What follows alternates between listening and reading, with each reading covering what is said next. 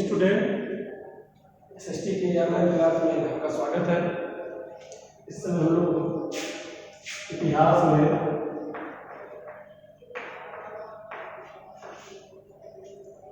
Second chapter है जो यूरोपीय समाजवाद और रूसी क्रांति पढ़ रहे हैं। इस पर हम लोग का जो आज टॉपिक है वो 2.4 उथल पुथल का समय और 1905 की क्रांति। उथल पुथल का समय बच्चों आया क्यों? क्योंकि जो रूस का जार है, रूस का जार मैंने बताया था। जार क्या शब्द है? जार वहाँ के राजा को कहा जाता था, वहाँ के राजा को कहा जाता था। और जो रूस का जार था वह जो हमारी संसद थी,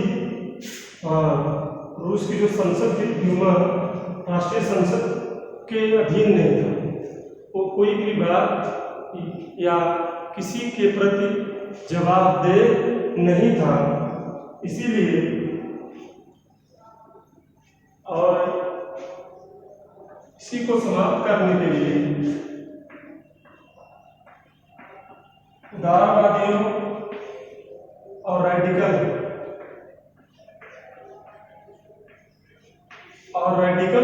समूह ने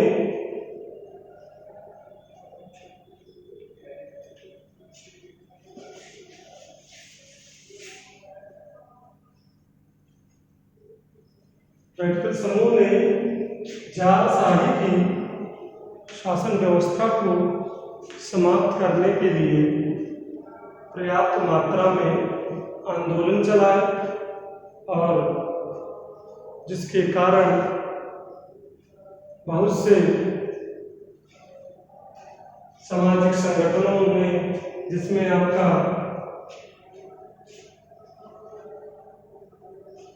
पोलैंड के राष्ट्रवादियों ने और वहाँ के इस्लाम धर्म के लोग जो मानने वाले हैं उन लोगों ने इसका समर्थन किया। और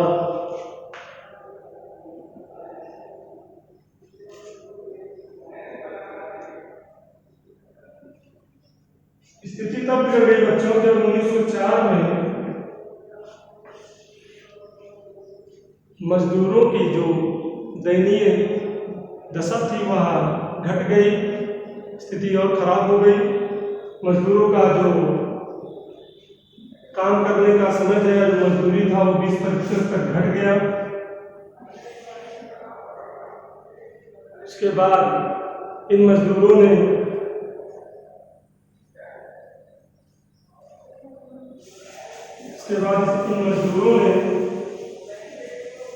संगठित होना शुरू कर दिया।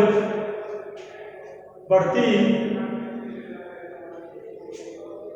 आवश्यक वस्तुओं की मांगों ने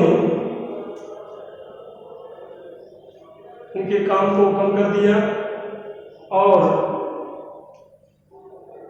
उनके जो वेतन थे, मैंने बताया उनके वेतन में 20% तक कमी हो गई।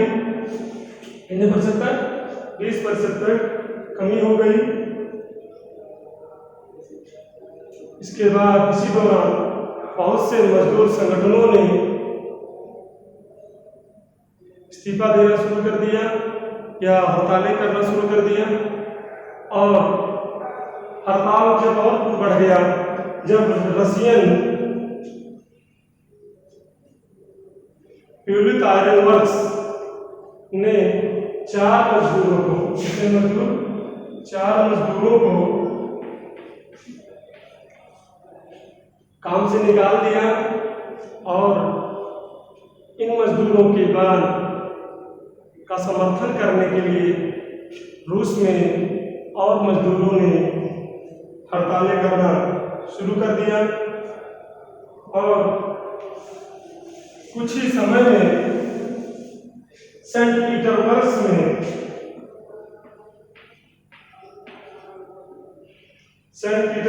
के पास लगभग 1,10,000 मजदूर इकट्ठा हो गए और इन मजदूरों ने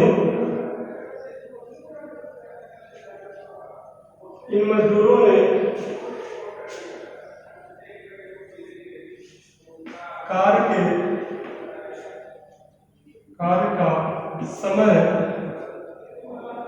कार्य का समय निश्चित करने।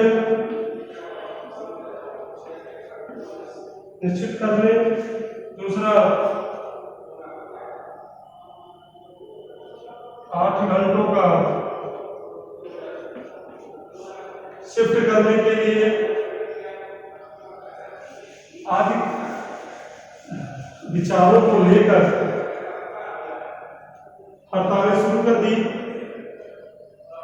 इन्हीं हड़तालों का समर्थन करने के लिए पादरी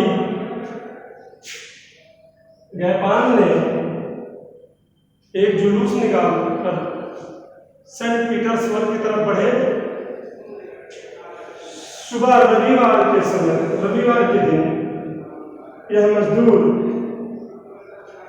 जैसे ही सेंट पीटर्सबर्ग के पास पहुंचे, वहां की सेना और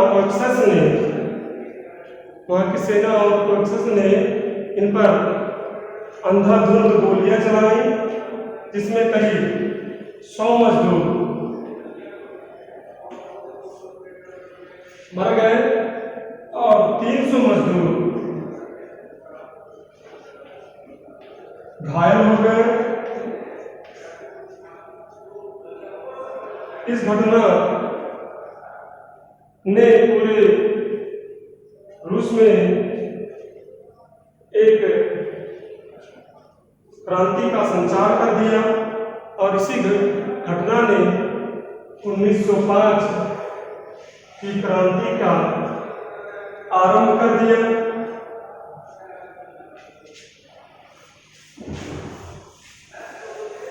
इस घटना के बाद पूरे देश में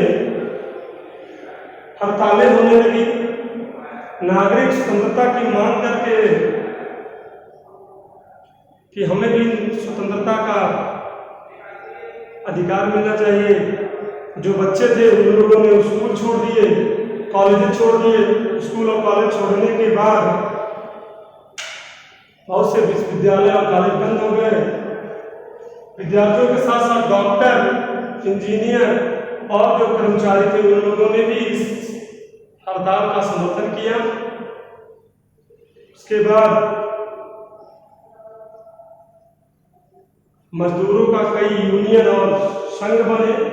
इन यूनियनों और संघों ने सबसे पहले जो काम किया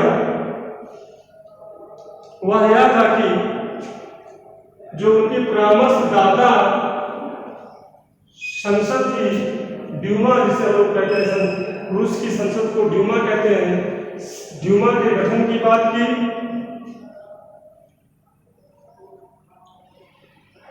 इस क्रांति के बाद बहुत से मजदूर संघ और यूनियन सत्ता में या कह सकते हैं अस्तित्व में आई, क्योंकि इसके पहले रूस में सारे जो ट्रेड यूनियन थे या मजदूरों के संघ थे वो गैर कानूनी थे, या कह सकते हैं कि जो वहाँ का जार था उसने क्या किया था, इनको अवैध घोषित किया था। जार ने इन सभी को देखते हुए इन्हें मान्यता दे दी और यूनियनों का काम चलता रहा। लेकिन 75 दिनों के अंदर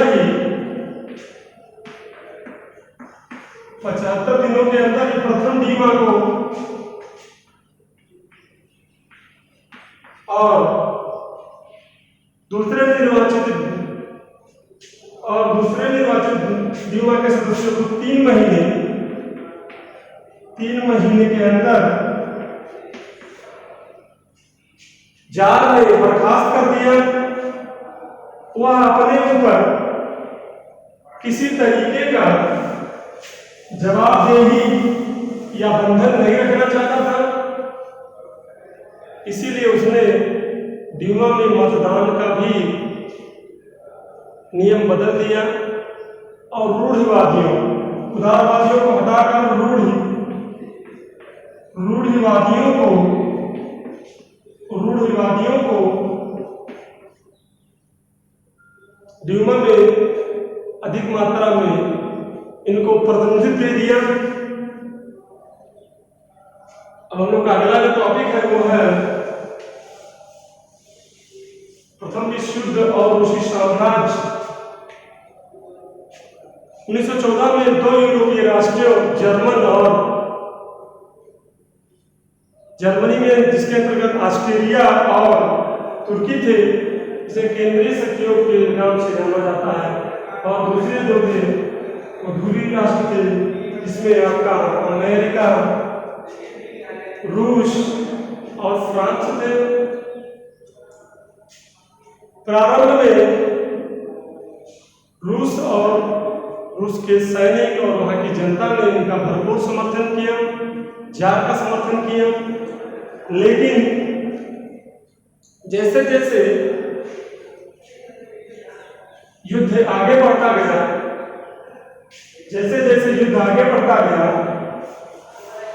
रूस के जार ने वहां की जनता का और ड्यूमा का सलाह लेना बंद कर दिया। इसी कारण वहां की जनता ने और वहां के उदारवादियों ने सेंट पीटर्सबर्ग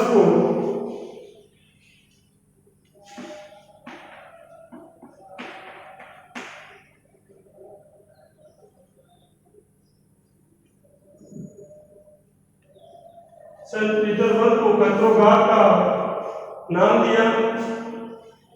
ये पेट्रोग्राद जो है वो जर्मन भाषा में है, जर्मन का शब्द है, क्योंकि जो सेंट पीटर्सबर्ग से है वो जर्मन भाषा के अंतर्गत आता है, इसीलिए इन लोगों ने इसे पेट्रोग्राद कहा। प्रथम विश्व युद्ध के पूर्वी मोर्चे पर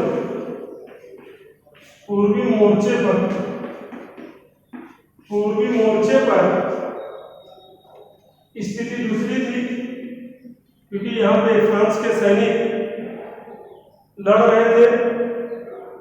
लेकिन पश्चिमी मोर्चे पर पश्चिमी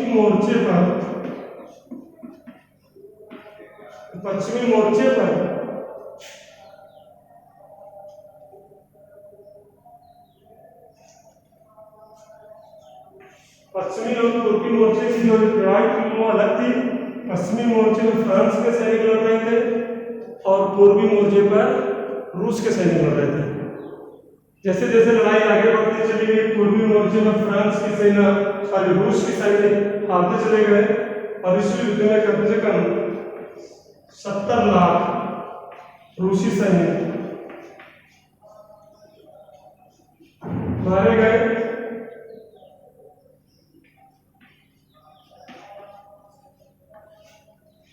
पूर्वी मोर्चे पर हारते हुए जो रूसी सैनिक थे वो पीछे हटते गए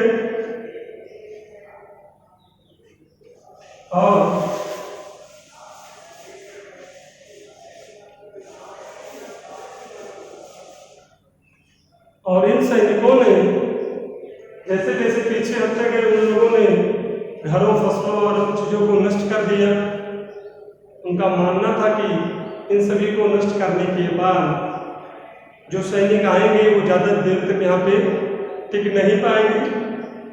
इस स्थिति के कारण उदारवादियों और वहां की जो सेना थी, जिसे स्टीम लोर कहते हैं,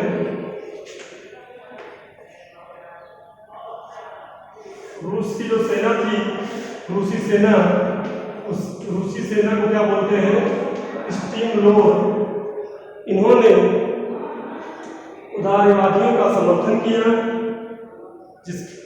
और इसी के कारण जार साहित्य या जार का लोगों ने विरोध किया। आज के वीडियो में इतना ही। आगे के टॉपिक हम लोग अगले वीडियो में पढ़ेंगे।